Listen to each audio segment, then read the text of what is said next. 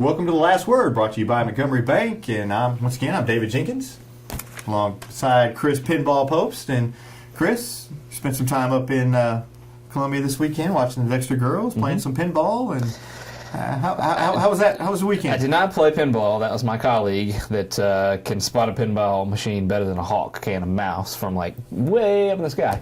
But anyway, yeah, Columbia, Columbia's Columbia. It really is. Dexter put up a fight. A little bit better than probably people expected, but Incarnate Word is just a beast, and they poked it a little bit, and Beast finally won. Yeah, as a Dexter alum, I couldn't be happier with the way they played. No I thought doubt. they played number 2 team in the nation, and they hung with them the entire game. Thought Incarnate just had one player. They were one player better, and that's a heck of a player in Afisha Collier. And I think you said she shot like 92% for the weekend up there. Let's see, she was 20. I had this right. I think she was 20. Let's see, 15, 13. She was 25 of 27 on the weekend from the field. That's impressive. 92%. Yeah, that's. I mean, all of them was just right at the basket, and she's not a jump shooter. That's just not her game. But to hit to all but 2 shots, over 2 game span. You just can't do anything with her. No. She's just so skilled and talented. She gets in there. She gets offensive rebounds. She's just very talented, and but I couldn't be happier with the way Dexter girls played. They finally won a game up there, finished second, and I know the whole community's proud of them, and just like Scott Central, the community was proud of them. The Dexter fans, real happy with the way their season finished, and it was a good way to end the season. Because I think a lot of people thought Dexter, after losing by 44 points. Last year to them, we're kind of going to get blown out, and they hung in there for the most part of the game. No doubt. And if I had just one little small little, not even a gripe, but just a concern. It's like Dexter, the fans in the student section just weren't excited. They were just there. We get on the bums a lot. Well, you get on the bums. I get on the bums about being involved in the game and stuff, and. Just that they had a lot of people there. It's just they just weren't really. They're just there. They're spectating. See, my problem with the bums is they don't show up half the time. Yeah. So if the bums would teach Dexter how to cheer while they're there, the enthusiasm, just the student section just wasn't what it needed to be. You're at a state championship, even the semifinal. They weren't really close games. There weren't really a lot to cheer about. But that you're in a championship game. That was an all girls school on the other side. I know they were winning, and it's a big difference trying to cheer for a winner, but you're letting a bunch of girls hammer you as far as the student section goes. I will say that Dexter, we're not used to winning in a lot of basketball. Very games. true. You might not know how to act. We're not used to the cheering thing. Might not know how to act in those situations, but man, it was just no atmosphere, no atmosphere. And I know it's big, but you had a lot of people. You turn your senior leaders in that situation, and I guess they didn't step up, but like I said, they're not used to be that situation. Because I'll give you a pass this time, but if you make it up there in the future, I want blood dripping down my ears. I will say, when the boys made it up there in 2004, I believe it was, the fans were outstanding. They were cheering even when they were losing. The fans cheered and were pretty loud. So, and I will say there is a difference. Not better, not worse, but there's a difference when you're talking about girls and boys, and as far as that goes. But there's a difference. And two, it's a lot. It's always different in Columbia because your cheerleaders are way off underneath the basket, and then they don't really get the chance going with the fans like they do in some of the games, and that's a little bit different. But I'm just trying to make excuses. I don't have anything. Just get loud, Dexter. Larry, stay put. All right. Well, we're going to go from that into our wordies. Yes. Our basketball wordies. Second annual. We can call it annual now because Second annual. Last Word basketball wordies. All right. I'm ready. All right, let's do it. Player of the year for the boys? That's pretty easy, don't you? I think we both agree on this one. I think it's Delfinko Bogan. Yeah, it's got to be. No doubt about it. I thought he was terrific all year. I've seen a lot of basketball over the years. A lot of great players. Read my blogs on StandardDemocrat.com. Right. Go plug. But a lot of great players. So when a player turns my head and I kind of pay it, like, ooh, he's pretty talented. He's a good player, and Delfinko did that for me this year, I enjoyed watching him play. There's other good players, J.T. Jones, Cavante Mitchell, but I just thought Delfinko was the best of the bunch. 24 points a game, 6 rebounds, 3 assists, 3 steals, two assists a game, and he's only a junior. We have one more year of him, and he's just a guy that has the ball on a string. He can do whatever he wants to do with it and score anytime that he wants to and just kind of take over a game. And that's the essence of a player of the year. And you kind of look at, okay, if you take him away from Charleston, they're really going to struggle in a lot of games. Yeah. You take Cavante away. I thought they still, whenever he was hurt, they still won the games that they were supposed to win. And see, that was kind of a factor for me. I know Cavante's a great player, but they didn't.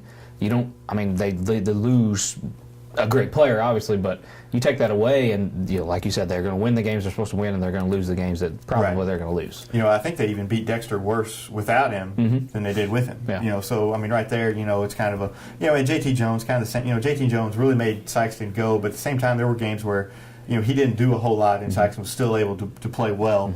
I don't know if Delfinco, if he didn't play well, or if he had an off game that Charleston played well. Yeah. I just thought that. I just think that he was just the player of the year. Well, just case in point, the Madison prep game. They took him out of the game, and they ended up losing.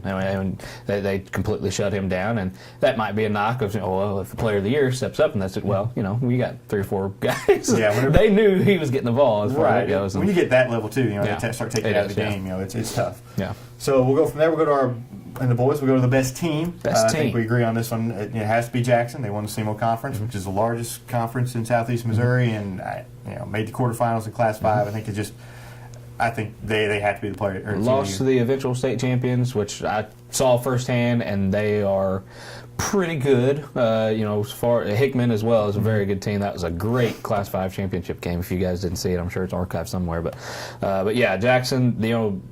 Throughout the year, I kind of said Charleston kind of took over that top spot at one time, but they fell off late, and Jackson kind of reclaimed that. We are the team, best team around here, and like you said, winning the SEMO Conference, arguably the toughest conference in the state, and advancing as far as they did and ending it against the caliber of team that CBC is. That's a great run for Jackson, I'd say. All right. Well, I'm tired of agreeing with you, so we'll go some differing opinions here. Coach of the year. Coach of the year. Who you got? Frank Staple from Scott County Central. Winning their state championship, 17th for the school, his first. A lot of doubters for him. A lot of doubters for him, and I think this kind of opens up the door for him. He can get that weight off his shoulders, and we've talked about the pressure of winning at Scott County Central. He's got that one, and that one just kind of you could just see the relief on his face after that game was over. And he's a tremendous coach. I think he does a little bit different than maybe Scott Central, the experts at Scott Central may want, but hey, he got the job done with a pretty talented team as far as that goes. Scott Central. They're supposed to win state titles. That is the goal. Supposed to do. That's the goal. He did what he was supposed to do. It's very true. Right. It's very true. He did a tremendous job and is very deserving. I'm going to go with Aaron Bidwell of South Pemiscot, who kind of nobody really talked about them in Class 2 this year. They kind of flew under the radar. They went through the Christmas tournament. They really impressed me at the Christmas tournament with the way they played, and I just kind of thought as they went along they were going to continue to get better, and they did that. And Coach Bidwell was a chip off the old block. His dad was a great coach, and I think Aaron Bidwell led them to a district title and almost got a sectional win against a really tough Thayer team who made the Final Four. I just think Aaron Bidwell from South Pemiscot, did a tremendous job coaching this year. And both of those guys are stand-up guys too. Yeah. They're tremendous and first class, personality-wise, everything. Everything about them just exudes class, and that's great. With young coaches like that, to be able to lead high school, boys, that you can't ask for anything better than that. Rookie of the Year. It's kind of a new topic for us. First year varsity player. First year varsity player. You got time on varsity. That's kind of our premise here as far as that goes. My Rookie of the Year, Javarcus Ward from New Madrid County Central, freshman. He saw a little bit of time late in the year, a lot more. I'm not really sure if he may have gotten. I'm sure he saw sometime during the year, but late he was a contributor when they kind of lost some kids towards the end of the year, but. Javarcus is another kind of a guy you're going to have to look at. He's kind of a smaller guy. I don't know if he's going to grow much, but he's quick. He can score. He was just huge in that Caruthersville game. He just continued to fight back, but they ended up losing that game. But him being a freshman and he'll be a sophomore next year. You got Willie Jimerson down there, who is a Player of the Year candidate.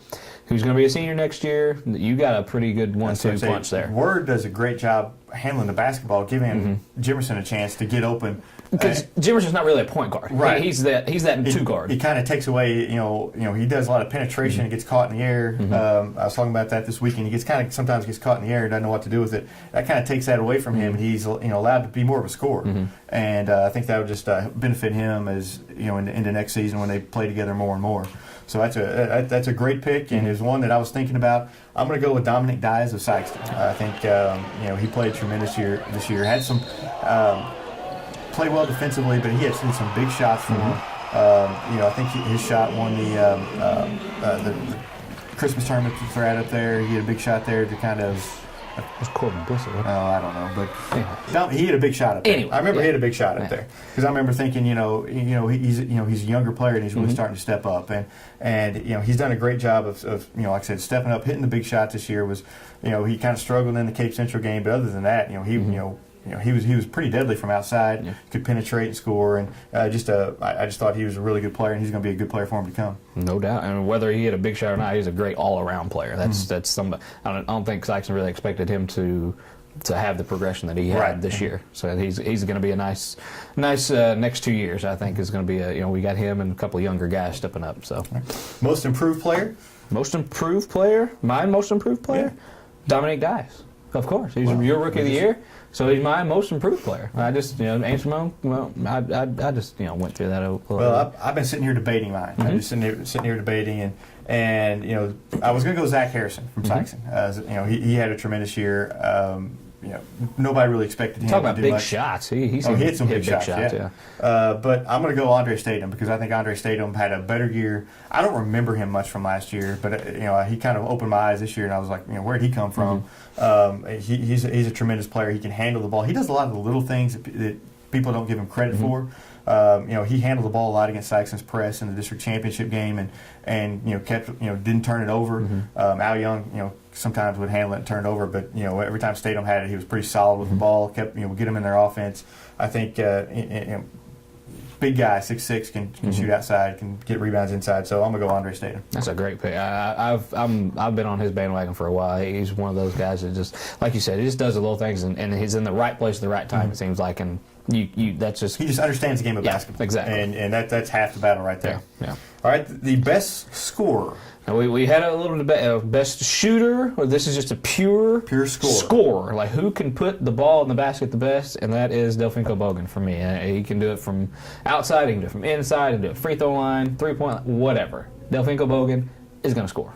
Well, I'm going to go with your boy, Lane Blue, from Advance. 49 points against Orion. He had a couple other 40-point games, and obviously he can score. He can. You don't foul him because he's going to hit his free throws. He's going to hit your 3-point shots. He can penetrate to the basket and score that way.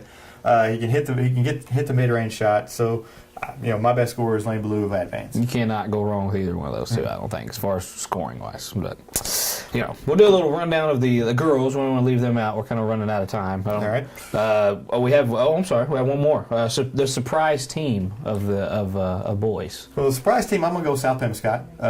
Because, like I said, with Coach Bidwell, talking about him, they weren't expected to win Class 2. Bernie, everybody talked about Bernie, everybody talked about Orion, but, South Pembescott, did a great job. And, they came out, and I think, they're my surprise team. No doubt. And mine, of course, my boy plays for him. Advance, man. Who expected them to go as far as they did? Now, a last-second shot to knock them out of a possible of a state appearance. That was a tough way to go, but who expected them to make all the way to the quarterfinals? Class 2 was really tough this year. A lot of good teams in Class 2. That's just our area. Now, if I had to pick one for all, it'd be Farmington, surprise team. Oh, yeah. Because they made it to state, and who in their right mind thought that they would make it to state? Yeah, way to drop the ball there, Cape Central. But next, we'll go to the girls. Yeah. Girls, player of the year. Hannah Dexter. Hannah Dexter. Best team? We're going to go Dexter. Yeah. I think Dexter is across the board and amongst the coach of the year, Chad Allen. Rookie of the year. We didn't have a rookie of the year in that one. Most improved player? I'm going to say Erica Peter Sykeston. I thought she really improved this year. I'm going to say Erica Peter Sykeston. I thought she really improved this year. Best scorer? Carrie Shepard of South Pembescott. Mizzou. She's going to Mizzou, so I would say Mizzou. Numbers do not lie here. She averaged like 17,000 points a game. She could score 45 points, I think, in the district championship. She is the best scorer. Surprise team in the girls. I'm going to say Sykeston. I didn't expect them to do much this year, maybe 5 or 6 wins, honestly. Thought Shawnoff did a great job with them. They had a winning record. So go from 6 wins, I believe, a year ago to 14 this year. It's a very young team. Young team. We got most of those girls coming back. Mine's Oran. I think they pulled off some wins that I didn't expect them to win. Got a district championship out of it. Kind of got hammered the next round, but that's okay. That's all right. It's Oran. They had a senior laden group. Kudos to them. They had a great year.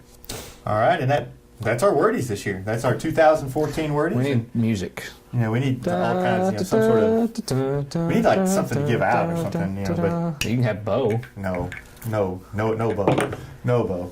Pull the lever. But. So that pretty much wraps up basketball season, and I know your bracket's done. You had Duke, so you're out, and I still have all 4 of my Final Four teams, so I'll win the last word bracket challenge pretty easily. It's the end of basketball. It's a very so basketball's over. Next week we'll kind of give a rundown of the spring sports and kind of talk about some previews, maybe some Cardinals, and we'll switch over into spring sports. So until next week, get warmer. Please get warmer. We'll see you later. My last word.